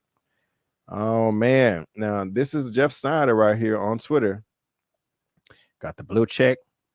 I talked about him yesterday with some rumors about Jonathan Majors. But he is a credible source when it comes to, hot takes like this in Hollywood. I'm not going to say the man is right all of the time, but he is right often. And so there may be some substance to this right here. Fincher made his feature directorial debut with Alien 3 in 92. He subsequently helmed such acclaimed films as Seven, Fight Club, Zodiac, The Social Network, The Girl with a Dragon Tattoo, Gone Girl, amongst others. All these films are fire. I have seen all of these except for, I've seen them all. Yeah. And I also have him right here on IMDb. He's a co-director. I can't lie. Yeah, he's pretty good. Just look at his Seven. Just look at his work. All those that he produced, directed, 94 credits. That's ridiculous in a good way. I remember when this came out, The Social Network, because I started doing movie reviews in 2009 on Facebook. And I remember The Social Network. I remember giving that movie a perfect 10. Curious Case of Benjamin Button was fire. And so I'm not just super excited about remakes, American remakes. Not saying that they can't be bad. I mean, can't be good, because look at this, though. When Eman was talking about this, he was giving a great example of The Raid. But I forgot what he was comparing it to. But look at The Raid and The Raid Redemption. Fantastic films. An American remake of a version of that is Dread, that may be on Netflix as well. I think it came out in 2012. Let me pull this up. I'm not saying that it can't be done with Carl Urban. Yeah, this came out in 2012. If you haven't seen this, see it. In my opinion, this is a great example of an American remake that can be good, because the premise is Dredd is a security guard or just a security officer, or just in the future. And he has to secure a building from floor to floor to floor to floor to floor going up. It's the same premise of The Raid Redemption, or the first Raid. They're that similar. Both of them are great in their own, country of origin and style and stuff. So it can be done. A horrible example of this would be Old Boy. That was a horrible, horrible American remake with Thanos. Who was the guy that plays Thanos? I forgot his name. Gosh. Now, I remember seeing this original Korean film before everybody. This was crazy. I mean, man, after being kidnapped in the prison for 15 years, all that son is released only to find that he must find the captor in 5 days. This movie was a mind F. It was great. But then they did a remake a number of years ago. I don't know, where is it? Yeah, Josh Brolin. Here's the Old Boy remake. This was horrible. This American remake of the thing I just showed you was trash. Don't do this with Squid Games, okay? Don't. But if David Fincher is coming through to be at the helm, I'm down. I really am.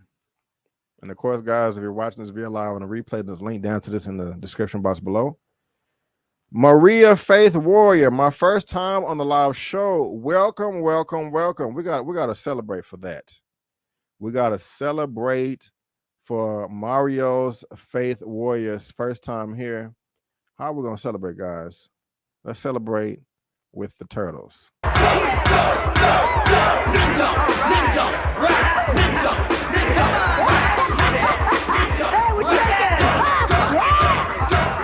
what you saw? Then give it up for us turtles! Ninja!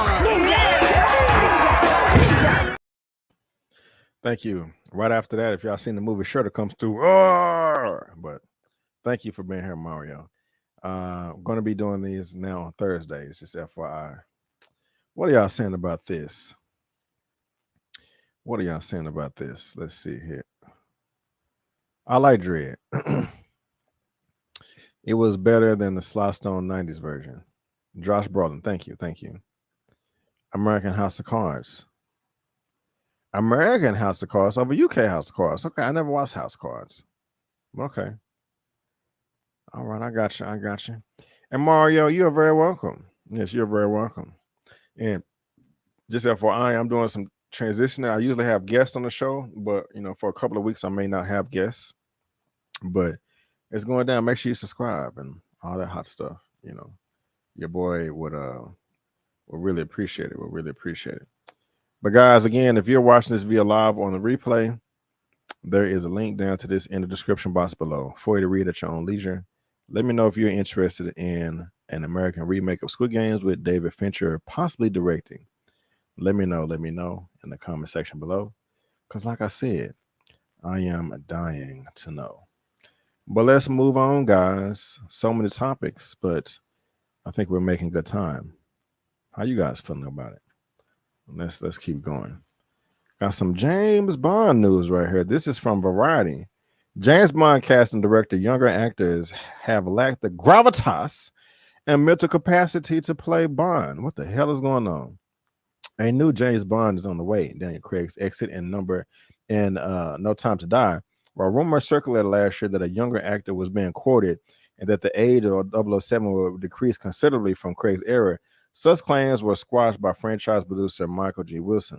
He assured fans the new Bond would be a 30-something actor, keeping it with Craig's age range when he started his run at 007 in 2006's Casino Royale. In a new interview with Radio Times, longtime James Bond casting director Debbie McWilliams explained why younger actors usually don't fit when it comes to finding a new James Bond. When we started, it was a slightly different feel, McWilliams said about the last search for a new 007 that ended with Craig's selection. We did look at a lot of younger actors, and I just don't think they had the gravitas. They didn't have the experience.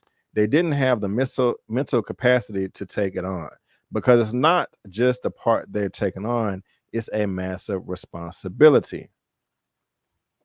I don't get it. We did look at young actors, and I just don't think they had the gravitas. They didn't have the experience. They didn't have the mental capacity to take it on. How does that? I mean, how do y'all feel about that? Does that make sense to y'all? I mean, I guess, whatever. But Williams added, so kind of scrub that idea when he went back to the drawing board and started again. The team settled on Craig, who at the time was 30. The decision did not receive unanimous praise. Excuse me, I'm sorry. As McWilliams told Entertainment Weekly back in 2021, she felt sorry for Craig after his casting led to extreme blowback from press who thought Craig didn't fit the part.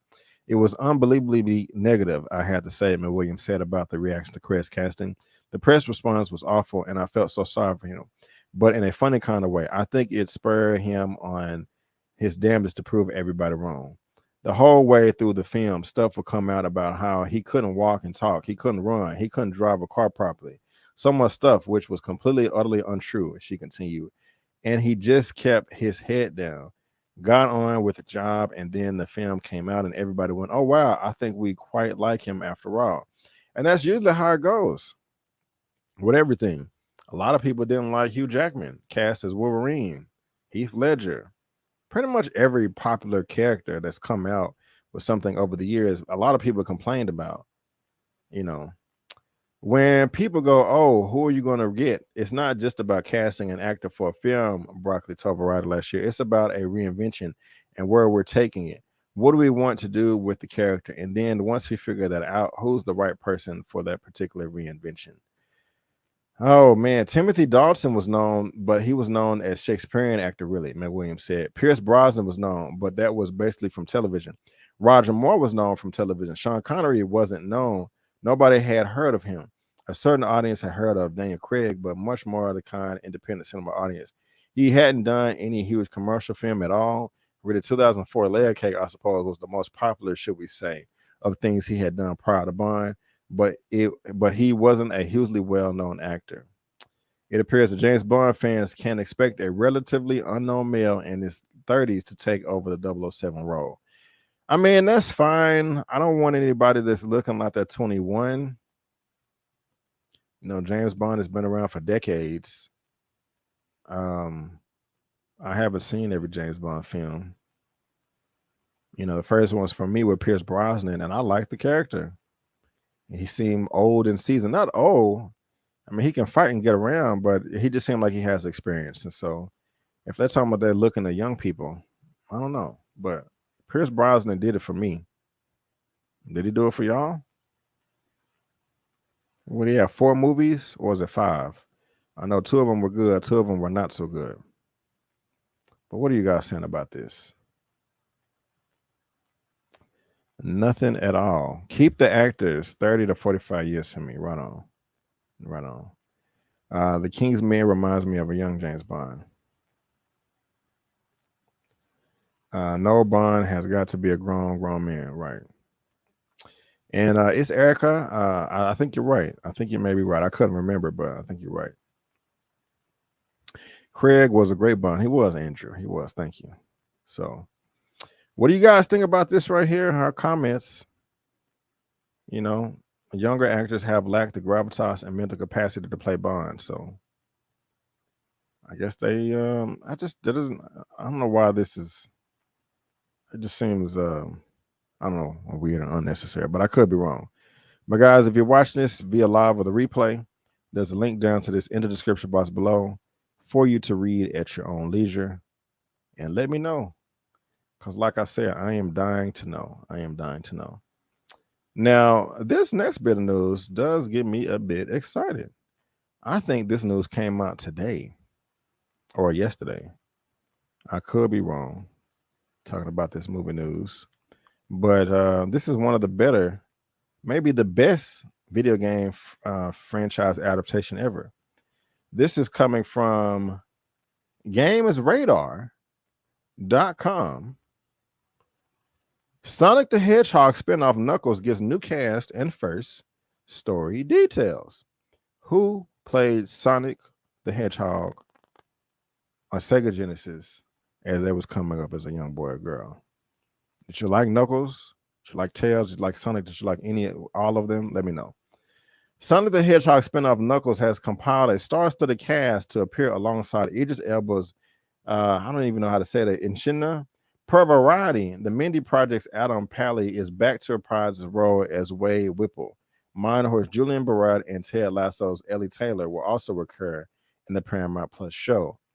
Other additions to the cast include Edie Patterson, The Righteous Gemstone, Scott Mescudi, Don't Look Up, and Rory McCain, Game of Thrones. Tika Sumner, who played Maddie in Sonic the Hedgehog movies, is also coming back for the series. That's not all either, as Paramount has shared the first story details on the show. According to the logline, Knuckles will be making Wade his protege and will teach him the ways of the Echidna warrior.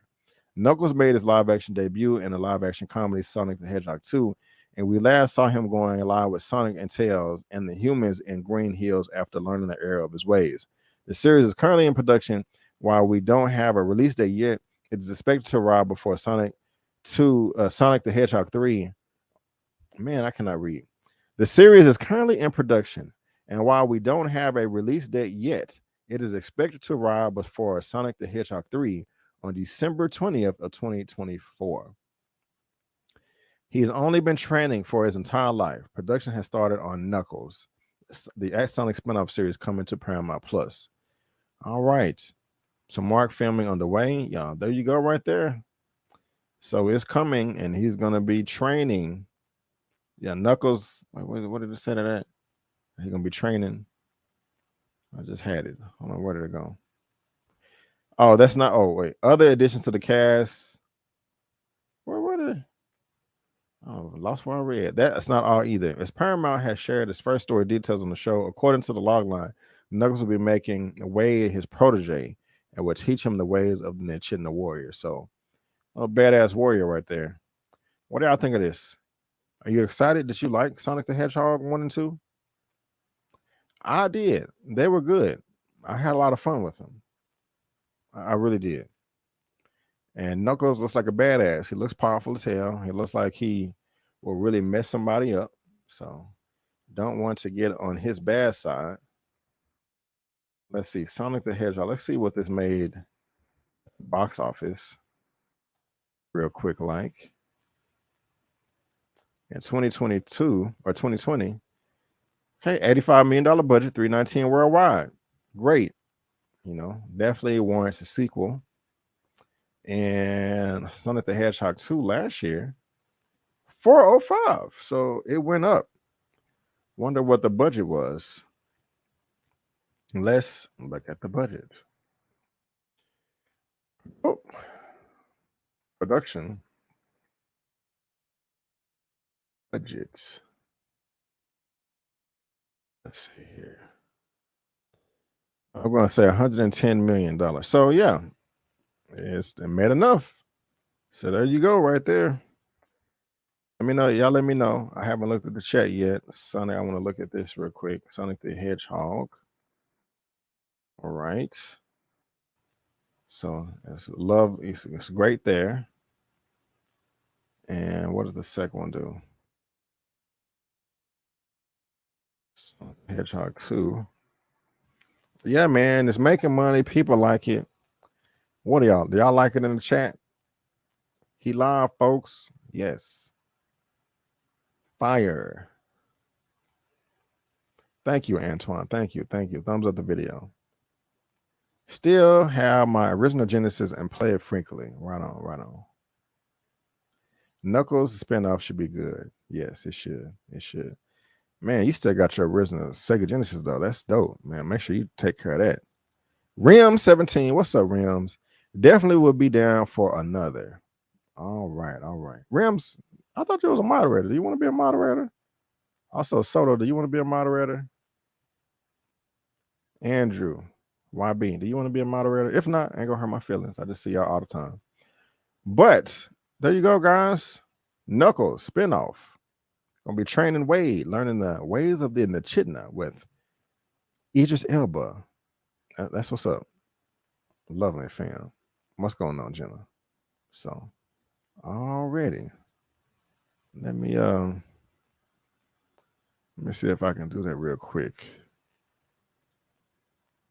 I can manage block words and change chat mostly.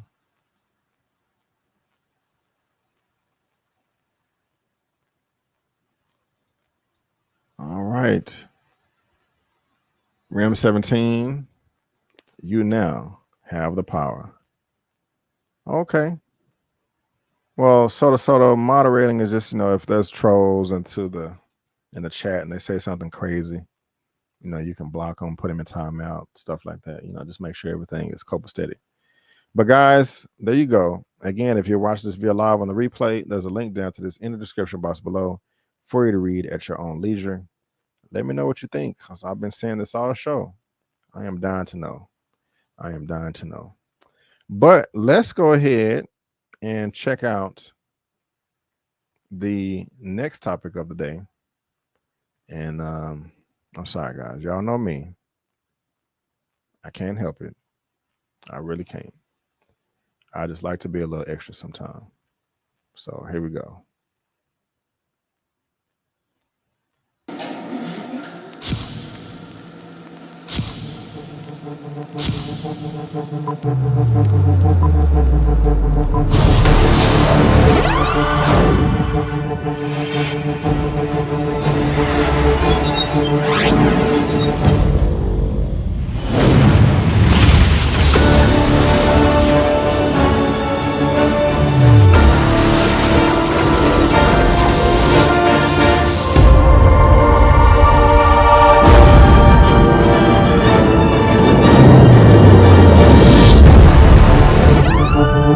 Now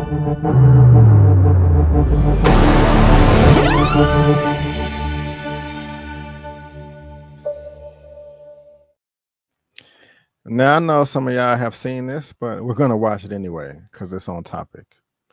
Here we go. I can't wait for this movie to come out. I know Miss Kimberly can't wait either. Southern California. I know all the black people are happy about it. Some of the other people in the movie news world aren't. But oh, it looks like I'm having trouble. It won't let me play it. Let's see here. What's going on? All hands on deck! Abandon ship! I don't want to fucking hear that.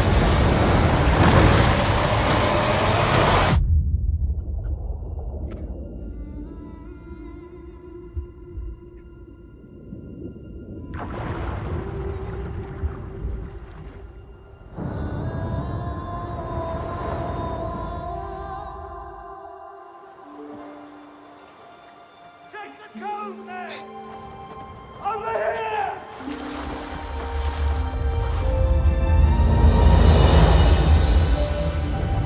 You broke the rules. You went to the above world. A man was drowning. I had to save him. This obsession with humans has to stop. I just want to know more about them. Ariel, don't! Poor child. I can help you. You can't live in that world unless you become a human yourself. Is that even possible? That's what I live for.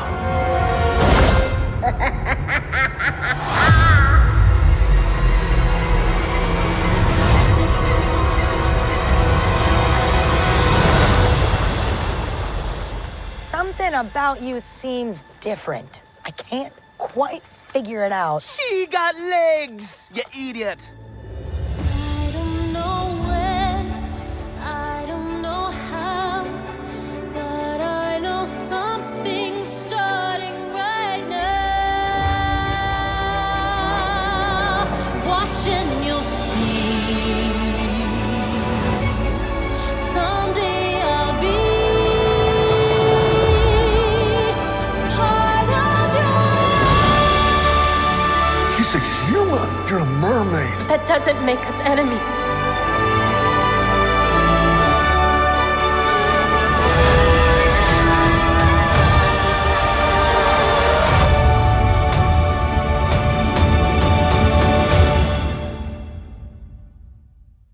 All right. This right here, I thought I had it ready. Next topic of the day coming from Collider. What's going on? The Little Mermaid gets a record-breaking runtime. Prepare for a long trip under the sea. Y'all, this movie is 4 hours and 30 minutes. I'm just joking. It's not that long, but let's get into this. Oh, man. Ever since revealing the glimpse at Halle Berry and a sneak peek at Little Mermaid at D23, fans have been eagerly awaiting their chance to take a trip under the sea and rediscover the world and characters for the first introduced in Disney's 1989 film. And now, according to the film's listing on the AMC website, it looks like we're for a prolonged stay in Adrian Eric's Jonah Har King Kingdom, as it's reported the film will be 2 hours and 15 minutes long. It's really not a big deal, but let's just keep going. With the animated film coming to a tight 84 minutes, it's obvious Rob Marshall's directed live-action remake will be expanding the world and story audiences for experiences over 3 decades ago. The 135-minute runtime breaking records for the length of Disney live-action remakes.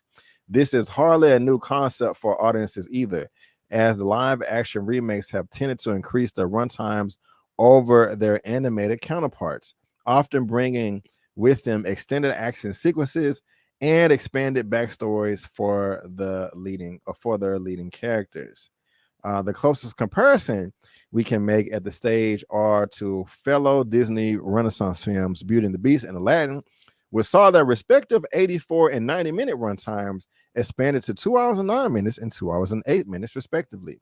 The only other Disney live-action remake that currently sits above the 2 hour mark is Cruella, though that is less of an indication of what fans can expect, So that film was entirely new backstory centered around Cruella de Vil, and not a remake of an existing Beauty and the Beast and Aladdin art. With that in mind, it's best to look at those two films specifically for an idea of what may have been changed or added to Ariel's story. There you go, guys. Got the trailer, got some images via Disney, and we have a runtime coming in at a whopping 2 hours and 15 minutes. And I mean, it's news. Is that too long for you guys? Do you want it to be the original 84 minutes like the animated show? Like, were you saying to yourself, I really am looking forward to the Little Mermaid movie, but if it's over 2 hours, I can't do it. That's too long. I gotta go use the bathroom. I got food in the oven, whatever. That don't even make sense. But I mean, are you happy about this? Are you sad? Let me know. Rim17, I love Hallie's voice. That's my Ariel. Her voice is so good. Yes, it is. The sister got my support. More power to her. Right on, right on, right on, right on. Looks good. And if the kids like it, looks good. And if the kids like the music, let's go already. So there you go, guys. The world record-breaking runtime at 2 hours and 15 minutes. This is the longest live action Disney remake, Little Mermaid. It is going down. And if you're watching this via live on the replay, there's a link to this in the description box below for you to read at your own leisure. And I just got to shout out lovely people like this, 60 plus reviews with the super chat. Thank you so much. What a money reside, what a money reside, what a money reside, what a money reside. Okay, I told you before. Already. Thank you, 60 plus reviews, $4.99. Thank you for your Monday night live. I needed this. I'm glad I could help you. Thank you so much for being here. I appreciate it. And thank you so much for the super chat. And just FYI, 60 plus reviews. I won't be doing this on Monday here on out. I'm doing it today because yesterday was my comic book show. And I don't want to wait another week for a Moving This Roundup show. So from now on, they will be on Thursdays at this time. This is just a one-time thing. But thank you so much for the super chat. $20 super chat from Rims. It's a dub. You know what we do for the dubs over here.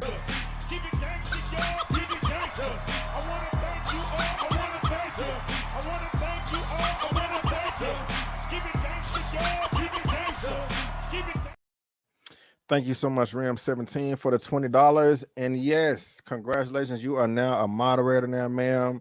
You're always coming through in the chats, and I always see you taking care of Eman as well. That's what's up. Give thanks for the honor, my guy. Yes, hit the likes, good peeps, and subscribe if you're loving the content as much as we are. Thumbs up, thumbs up, thumbs up. Thank you so much, Rims. I do appreciate it. And thank you for being a moderator. That's wonderful. That's wonderful. Hey, it's going down. Thank you, thank you, thank you. Andrew Robbie was so good. The run to our one time. Already. Well, guys, we just got a few topics left. Let's go ahead and keep this party going so we can all get our dinner and do what we got to do and go to bed. And we're going to talk a little bit of box office. The Super Mario Brothers. And just some shameless plugging right here. Okay. I did review this film. It was one of my most anticipated of the year. And the review right now is on my channel. So go check it out. Go check it out. I got an out of the theater reaction. And I also have my review right here. But it is killing it at the box office right now. This is coming from a Deadline. Super Mario Brothers jumps higher with $693 million worldwide through Sunday. Damn! Well, barrel passed $700 million today, and John Wick 4 reaches franchise best with $350 million at the international box office. These films are doing amazing. This is wonderful. I'm glad they're making money. But let's go ahead and get into this. Monday update with Super Mario Brothers actuals, Illumination, Nintendo, Universal. Super Mario Brothers is even higher Sunday actuals now, titled and Mushroom 693.1 global through the weekend. And it's going to get 700 million. Why did Mario Brothers jump from yesterday's estimated 678?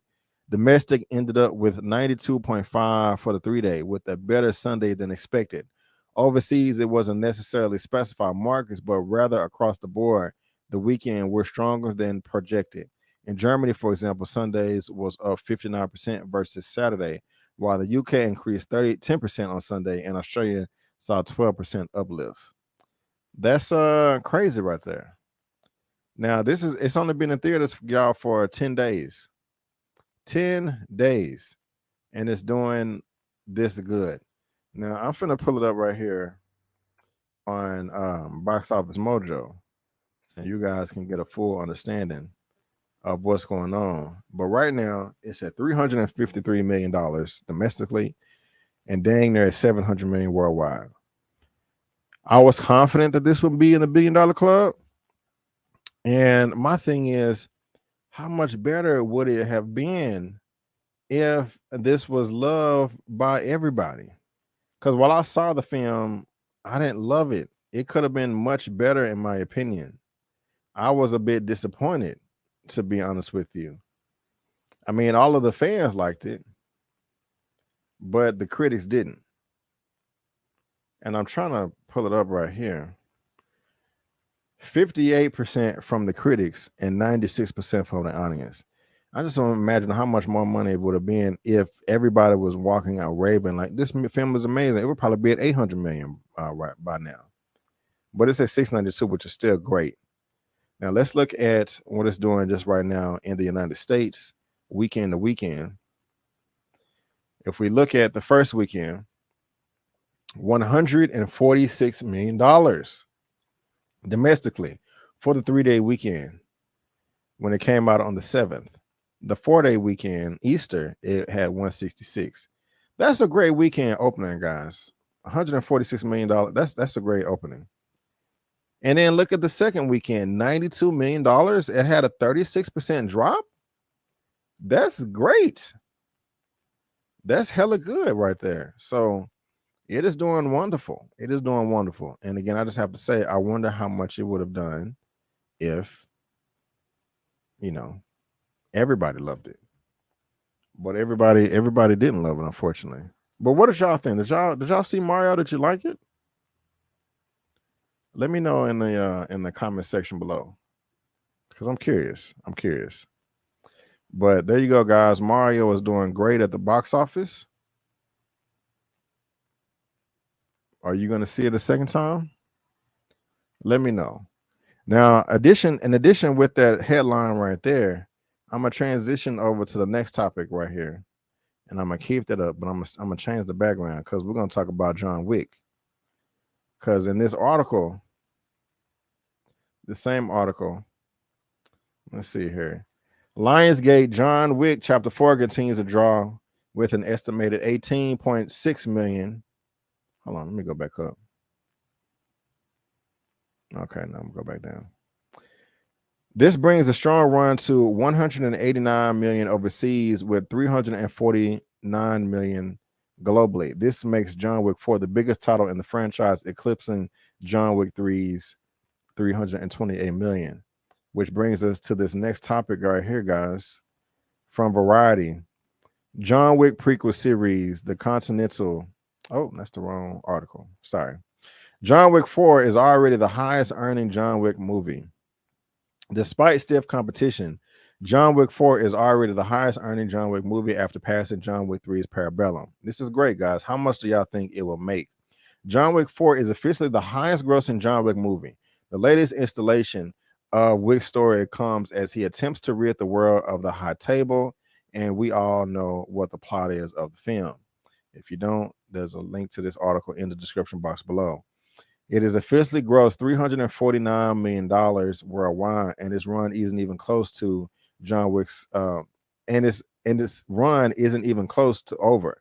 John Wick Chapter 4's box office success comes after hitting major victories domestically and internationally, which helped it barrel past John Wick Chapter 3 Parabellum's impressive $328 million take. This comes in spite of stiff competition from the Super Mario Brothers movie, Dungeons & Dragons, Honor of Things, and Renfield opening during its run.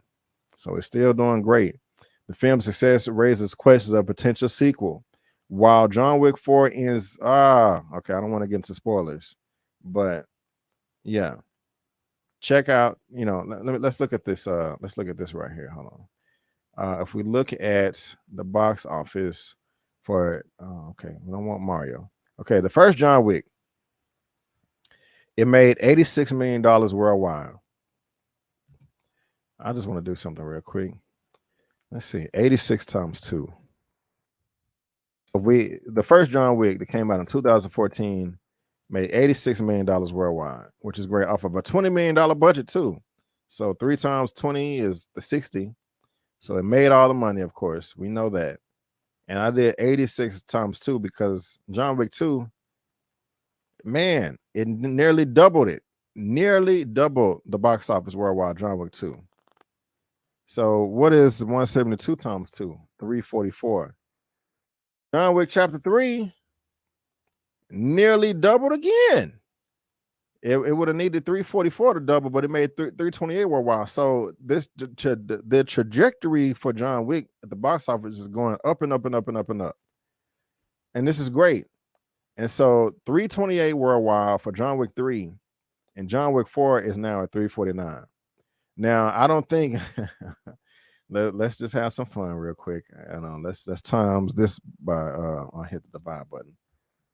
So I don't, so if we're gonna double John Wick 3 at 6088, now I don't think John Wick 4 is gonna reach 6088, but I'm confident it'll reach 400 million. It may reach I don't think it'll reach 450. Unless has it opened in every territory yet? Let's see. Most likely it has. But let's just double check. John Wick 4. If it hasn't opened in every territory across the world, then it may have a chance to reach 500 million, but it just depends on the country. I'm looking for the date. Clearly I've gone down too far. Okay, that's not the date right there. Where's the date? Where's the release date? Because there's a hyperlink and I can click that. Okay, am I tripping? Where the hell did I pass it, y'all? Oh Lord. What the hell is the release date? Okay, there we go. I'm tripping. Okay. All right. And that's not what I meant to do. Back. This is what I meant to click right here. Okay, it came out March 23rd. Oh, really? Oh.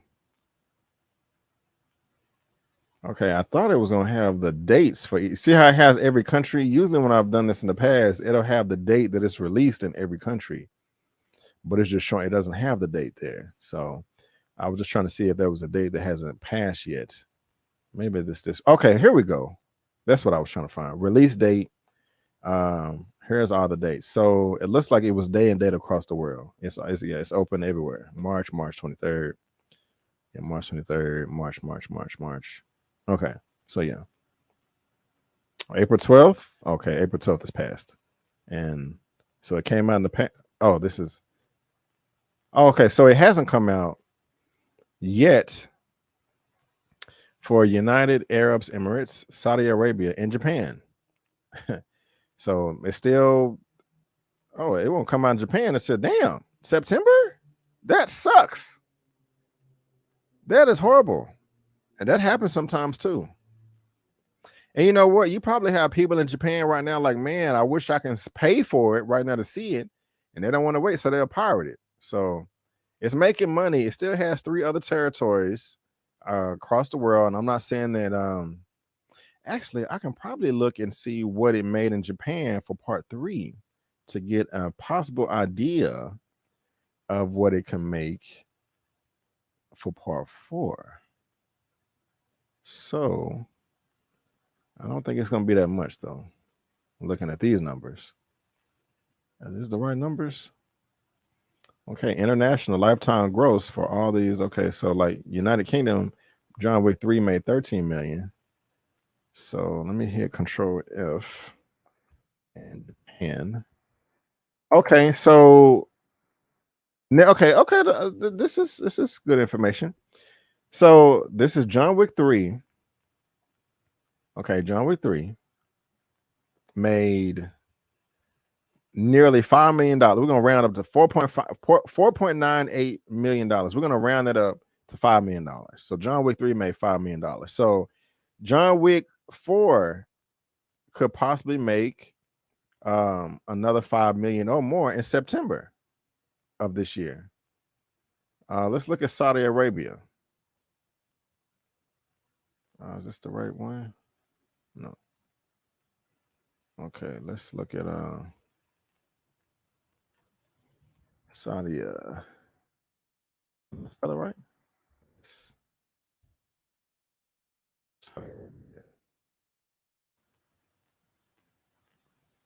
Saudi Arabia. Where are you? Where are you? Damn it, where are you for real? Are you not did you not come, did John Wick not come out? I guess it didn't. What was the other country? It was the South. Okay, United Arab. Let's see here. Okay, and United Arab made 3.6 million for John Wick 3. So and if we're gonna use Saudi Arabia, that's I want to say that could be anywhere from $12 to $20 million more just from those countries. So anyway, this is good. It's making money. You know what I'm saying? So that's amazing. Is this obvious to y'all? How much money y'all think it's gonna make? Soto said, "Damn, yeah." How much y'all think it's gonna make? That stair sequence stressed me out. Man, it did though. Loved it though. Right. Yeah, that sucks. Wow, that's so unfair that they have to get it so late. Yeah. And so the thing about the John Wick series, they could end it at John Wick 4, or they can keep it going, which is great. But what they can also do is go back in time. But before we talk about that, y'all let me know what y'all think about John Wick at the box office and how it's doing, how big you think it'll get. And again, guys, if you're watching this via live on the replay, there's a link down to this in the description box below for you to read at your own leisure. But staying in the realm of John Wick, we got one more topic left, y'all. Oh no, I'm tripping. We got two. We got two topics left. But we're gonna keep the same banner here. And this is talking about the prequel series, The Continental. This is from Variety. John Wick prequel series, The Continental, reveals Hotel's killer origins first trailer. It's time to check into The Continental. The world of John Wick is expanding with the upcoming prequel series, The Continental, which doesn't include Keanu Reeves' staple character. But after seeing the first trailer, it looks like the action-packed show may not need him anyway. The Continental is a prequel miniseries based on the 4 main John Wick movies. The original set of films, including last month John Wick 4, follows Reeves' ex-hitman character John Wick, who comes out of retirement on a quest for bloody vengeance. The Continental will give an audience a glimpse into the early John Wick universe before the timeline of the first film with this goodness gracious. The Continental will give audiences a glimpse into the early John Wick universe before the timeline of the first film with its 3 episodes. The show will premiere on Peacock in September. Okay. Have y'all seen the Continental is a popular hotel chain showcased throughout the films and tours for housing many hitmen and murderers. In the miniseries, fans will see how the Continental Hotel came to be in the infamous Assassin Hub. Popular characters like Winston Scott, played by Ian McShane's, in the films will be shown in their younger years, with the show being set in the mid-1970s New York. From the looks of the trailer, audiences are in for an action-packed extension from the world of John Wick, full of enough deception, danger, and conflict to rival its original counterparts. The cast of killers of the Continental include. Let's read that cast after we watch the trailer. Y'all ready to watch the trailer? I'm not gonna play the IMAX thing again, but y'all ready to watch the trailer? Hit a 1 if you're ready to watch the trailer. Hit a 1 if you're ready to watch the trailer. We're not gonna watch it until I see a 1. We're just gonna sit here and look pretty until I see a 1. And there we go. So thank you, Soto. Okay, here we go.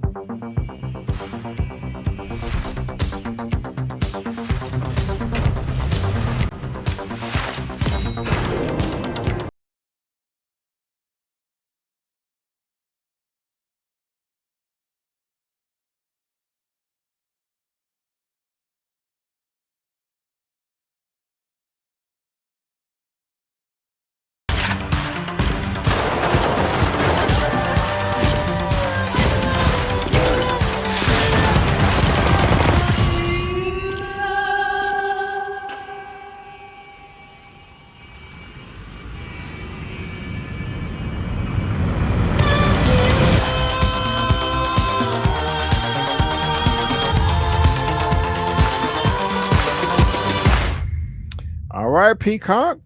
Let's say we're trying to compete, man. Yeah, what y'all think of that? Let me know. Does it look good? The cast of killers and the continental guests includes Mel Gibson, Colin Woodall as young Winston, Peter Green, Ben Robson, Ayomide Adegun as the young concierge, Sharon, played by the late Lance Reddick. Oh,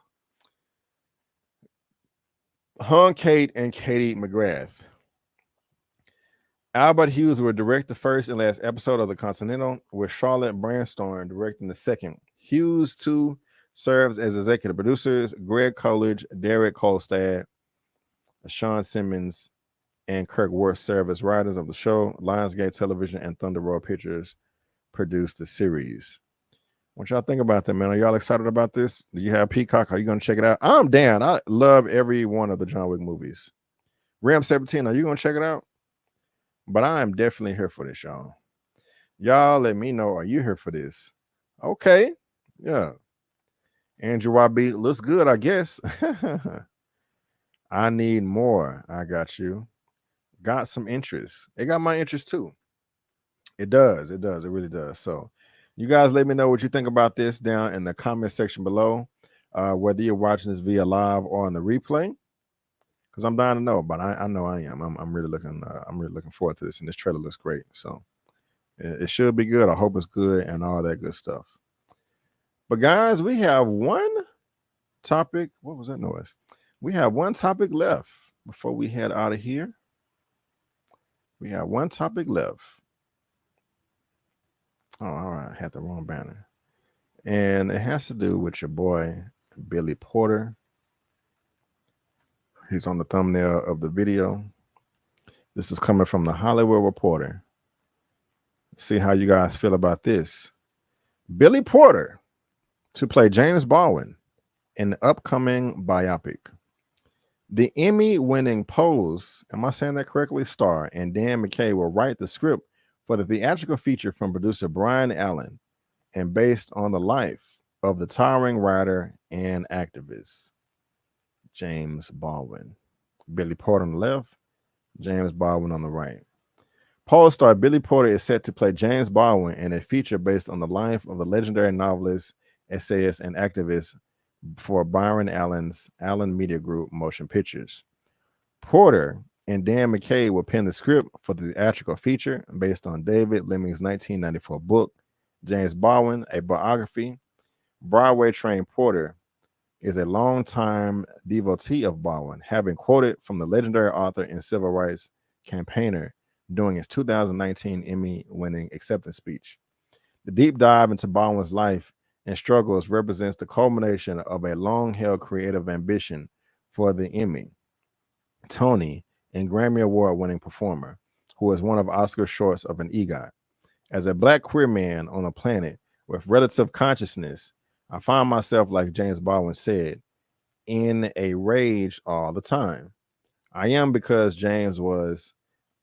I stand on James Baldwin's shoulders, and I intend to expand his legacy for generations to come, Porter said in a statement. Born in Harlem in 1924, Baldwin was a gay African-American writer and civil rights activist who spent much of his life outside the U.S., owing the racism of his youth, and where he wrote extensively about Black identity, activism, sexuality, and race relations. His best known books, including Go Tell It on the Mountain, Notes of a Native Son, Another Country, and The Fire Next Time, have been turned into inspired movies, including Barry Jenkins' If Beale Street Could Talk and Raul Peck's I Am Not Your Negro documentary. Porter's Incognito Productions will co-produce Baldwin's biopic along with Allen Media Group. Billy Porter and Dan McKay's talent and commitment to amplifying James Baldwin's legacy and contributions are invaluable and unmatched for this unique and epic story, said Allen, chairman and CEO of Allen Media Group, in his own statement. The executive producer credits will be shared by Allen, Carolyn Foxx, Jennifer Lucas, Matthew Singer, and Chris Charlambus. Porter and DJ Guggenheim and Incognito Productions will produce. Porter and McCabe earlier sold their original TV ideas Fruits of Thy Lie Labor to Peacock, with Greg Berlanti and Warner Brothers Television Studios producing McKay's feature. The Home is currently in development at Paramount. So there you go, guys.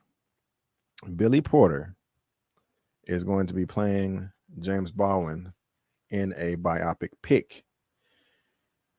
James Baldwin, the little that I know about him, was an amazing man. I am not familiar with Billy Porter's acting, his his talents. I have my opinions on him outside of entertainment, but and that's just the way he handles certain situations. But there's another colleague of mine that's hopefully going to be on my channel sometime soon. Well, I hope this year. I don't want to say their name, just potential surprise, but they were really excited about this. And I think Mara, she's not here today, but was it her that made a comment on this? Maybe it wasn't, but it was somebody else that's always in the chat that was like, they're looking forward to this too. But how y'all feeling about this? Is this a good match to you guys? I know, and I'm not an expert on the topic, but I know that there are conversations out there in the world that were like, hey, if there was me personally, when it comes to like real life historical figures, I don't ever want them to be race swapping. I want the country of origin to be the same. And so with this, I know that there's been talks to where when it comes to someone's, gender or sexuality or orientation, that they want that to match too. Like if there's a gay real life person, they want a gay actor or actress to play them. And that makes sense to me. And so if James Baldwin was queer and Billy Porter is as well, then that's a good thing too, I guess. But everybody in that community, I want to hear from you too.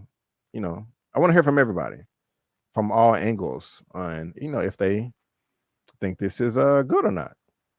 And so I'm open to it. I'm willing to see. I hope it is. I really hope it is. Okay. I don't know about the Billy Porter's acting appears to be one-dimensional. I don't know. I've never seen him act before. I've seen like one little scene and it was out of context, so I really can't come to any conclusions, but we'll see, Andrew. We'll see, and thank you. They should have picked the dude that was in the Green Book, but it's a wait and see with me. Yeah, Mahershala Ali, Rem 17. I don't know if Billy Porter can pull off James Baldwin though. I'm not that confident about it either. I'm just but we will see. We will see. Corsic, nah, dog. You're not feeling it. I got you. LOL. Okay. Jenna James, me either. I would have went with someone like Yaya or John David Washington. Yeah, they would have knocked it out the park. Yeah, that's true. I think Billy can pull it off if he's immersed himself into James Baldwin and stick to his politics. Right. John Boyega, another brother I would have preferred. Okay. Not to me, even though I still enjoy Billy Porter and Pose. This feels off. Okay.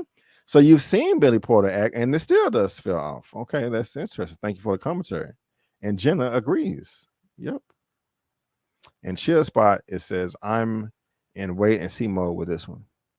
Already. I don't blame anybody, for their sentiments there. But yeah, guys, Billy Porter is going to be playing James Baldwin in the next coming biopic. So there's a link to this in the description box below for you to read at your own leisure. Let me know down in that comment section below, because like I've been saying all show, I am dying to know. All right. Well, guys, that is it. That is all the topics we have today. That was 17 topics, man.